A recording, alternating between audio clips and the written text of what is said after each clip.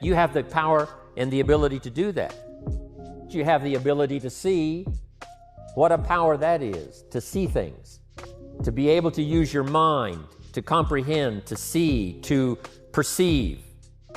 You have the ability to hear, to listen. The old phrase says that it's the listening that creates the faith. It's the listening that stimulates the imagination, that can see things that don't yet exist. It's the ability to hear testimonials and formulate in your own mind the possibilities of starting from nothing and developing something, starting, deep in the hole and working your way out and finally becoming successful. The ability to hear those testimonials, to hear good ideas. That now creates imagination. Imagination then has the ability to turn to faith. Faith is the ability not only to be able to perceive it and to see it, but the ability to believe that it's possible, that it can happen. If we can start, you can start. If we can believe, you can believe. If we can try, you can try. And if we can try again, you can try again. If you can keep trying until finally it gets easier, finally the skills start to develop, if any of us can do it, you can do it. You have the ability to develop these disciplines that create value in your life. The disciplines: learning how to sell, learning how to get customers, learning how to build that customer base, the skills of learning how to recruit. You can learn to do that. You have the power to do that. Learning how to serve your organization well, learning how to communicate, learning how to organize the people that you put together, learning how to keep in touch. All of that is within your personal power. And just think about it a little more now than you have maybe in the past. There's no reason why you can't have all of the business you want, all of the success you want. There's no reason why you cannot dramatically, this year especially, affect your own life. And by that, affect the lives of the people that you want to touch in the years to come. Each person's income is determined primarily by their philosophy, not by the economy. Once I understood that, then I said, well, I don't have to go to work on the economy. And the answer was no. You only have to go to work on yourself to make yourself more valuable. So now here's 5 things I want to share with you. And the first one is your personal philosophy. What could get you more prepared and ready for cashing in on the opportunity of the 21st century? And here's the first one: personal philosophy. Your personal philosophy is like a guidance system that helps you make decisions what to do, what not to do. From the information you get and what you learn and what you know, we decide. Maybe your philosophy would have been 5 years ago never to attend seminars like this. You just didn't go. Now 5 years later, here you are. Something happened along the way to change your mindset, saying, hey, for the money and the time, if I just get one good idea and walk away, it certainly is worth the money and the time. So now that little amendment in your philosophy, you now say, I'm going to regularly go, because it doesn't take but a few ideas to make a great difference in your income, personal life, social life, and all the rest. So now you know that's valuable. A change of mind, a change of idea. So that's what personal philosophy is all about. The more we learn, the more we know, the better we're able to make better decisions about 2 major things. Your philosophical guidance system does 2 things. For your notes, number 1, helps you to see the dangers on one side so you can avoid those. But here's what else your guidance system does. Personal philosophy helps you to see the opportunities on the other side so that you can expand those, maximize those.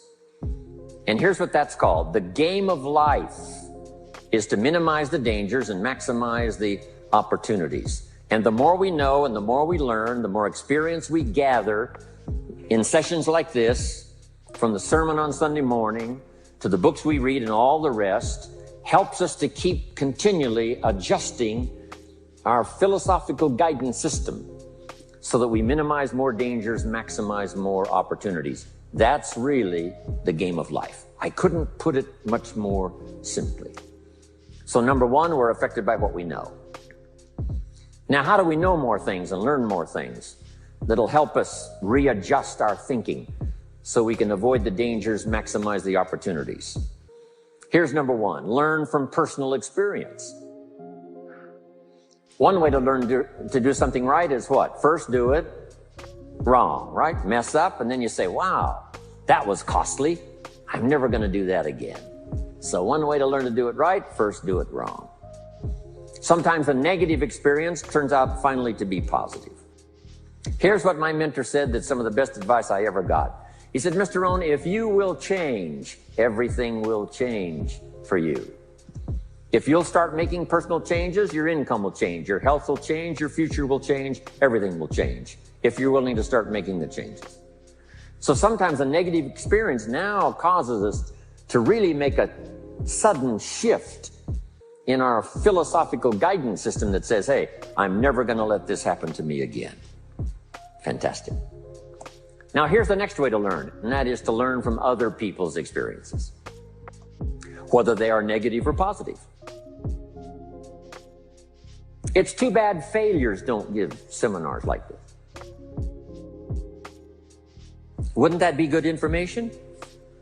Now, we don't want to pay them, so they don't lecture, but their information would be valuable. If you know a guy that's messed up his life for 40 years, you have to say, John, would you spend a day with me?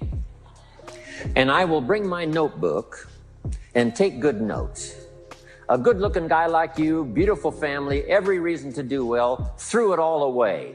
Teach me how for the last 40 years you messed it all up. And he tells you, and you take good notes. Learning from the negative side of someone's experience. So, learn number one from your own experiences, learn number two from other people's experiences. If you want to live a dynamic life, multiplying your income, multiplying your future, be a good student.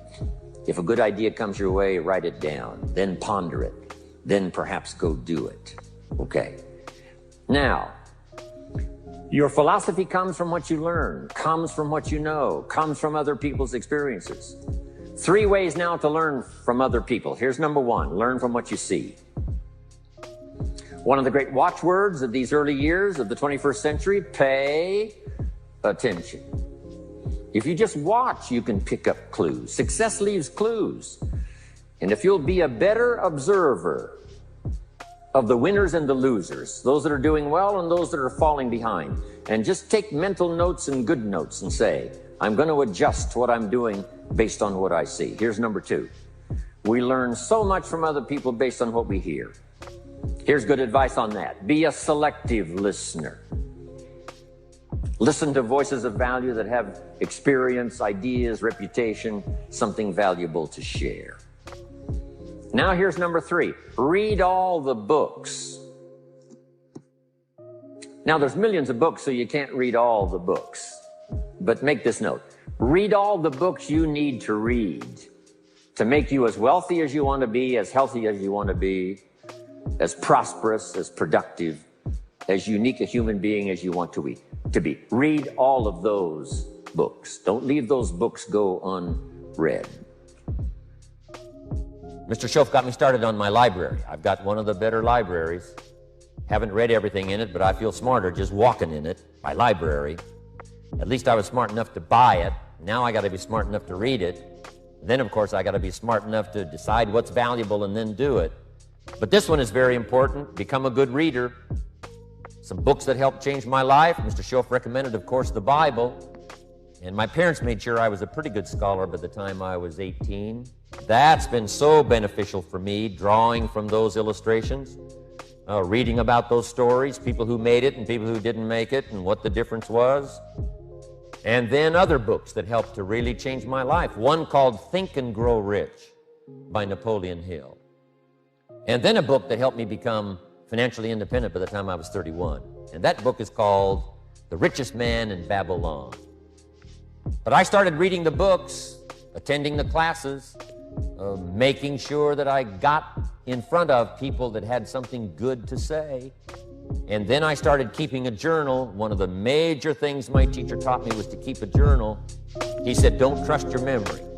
If you hear something good, just make a little note and write it down.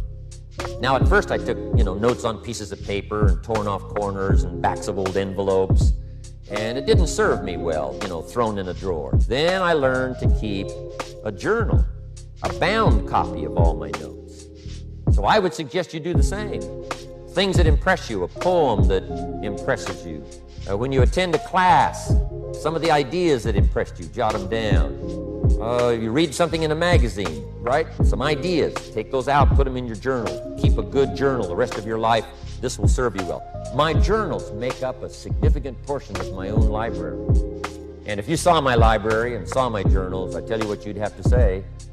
This is the library, and these are the journals of a very serious student. No wonder Mr. Rohn is invited to lecture and speak on his experiences around the world. So I want the same thing to happen to you. Value captured that you can resort to later, go back over it and review it, and let it become valuable to you. Work harder on yourself than you do on your job. Develop the skills, learn the lessons, take the classes, absorb all that is being taught to you these days. And then later on, of course, you can sort it out, what's valuable to you and how to refine it for your business and for your life and for your future. But the main thing is to get it and start this process of personal change, personal development.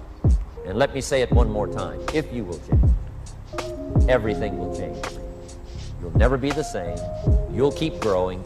As you look back on a few months, look back on a few years, you won't believe the progress you can make. Economically, your relationship with your family, your friends, and whether you're in sports or economics or whatever, I'm telling you, that whole process of committing yourself for personal change, personal value, can really make your life unique and worthwhile. Now, jot this down. When you do read, you have to sort through what you read and decide which is valuable to try. That's part of the process of learning. Gathering information and sorting through it. One, the information that would apply to you, and what you think would be valuable based on your current philosophical opinion. So read all the books. What a long list of personal power you have, that I have, that all of us have. We just need to be reminded. Now here's another one, and that's the ability to act. The ability to put into action what you see, what you comprehend, what you imagine, what you believe, and then what you have faith for. That ability to act is unprecedented in creating the miracle. Because it's not imagination that creates a career. It's not imagination that creates a business. It's not imagination that creates a customer base. It's using your imagination and finally putting it to work. But you have the ability to do that. If you have to get started with limited time, you just make the limited time pay. Before you go to work, during your lunch hour, in the evenings, on the weekends, little pieces of time that you find something to do that will start your career, keep it going, and keep the momentum high. Your ability to act can develop all of the disciplines, because you cannot learn the disciplines unless you actually do the work, unless you actually do the action. It's like learning to communicate. Way back in those early days, I had a tough time. I described it one time, my first meeting, I stood up, my mind sat back down, left me standing there. I opened my mouth and nothing came out. My knees are banging together. The sweat's pouring off my face. I'm scared. It's called terror, right? Those first few times. But sure enough, I did it again. I worked up the courage to do it the third time and the fourth time. And that was about 35, 36 years ago. I'm glad you were not in on my first presentation. And now, much more confidence all these years later, because I have acted on practicing my skills to communicate. But you've got the ability to do that. You've got the power and the ability to create a career that will serve you well for whatever time you want to spend in developing this career. You have the ability to develop an enterprise, a business, to be in business for yourself. Learn to work harder on yourself than you do on your job. That's the simple philosophy that changed my life forever, starting age 25. If you work hard on your job, you can make a living, which is fine. If you work hard on yourself, you can make a fortune, which is super fine. Everything changed for me when I understood this philosophy.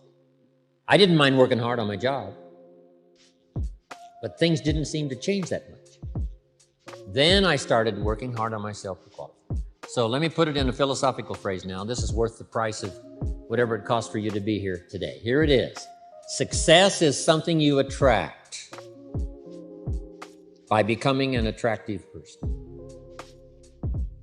Success is not something you pursue. It's something you attract by becoming attractive.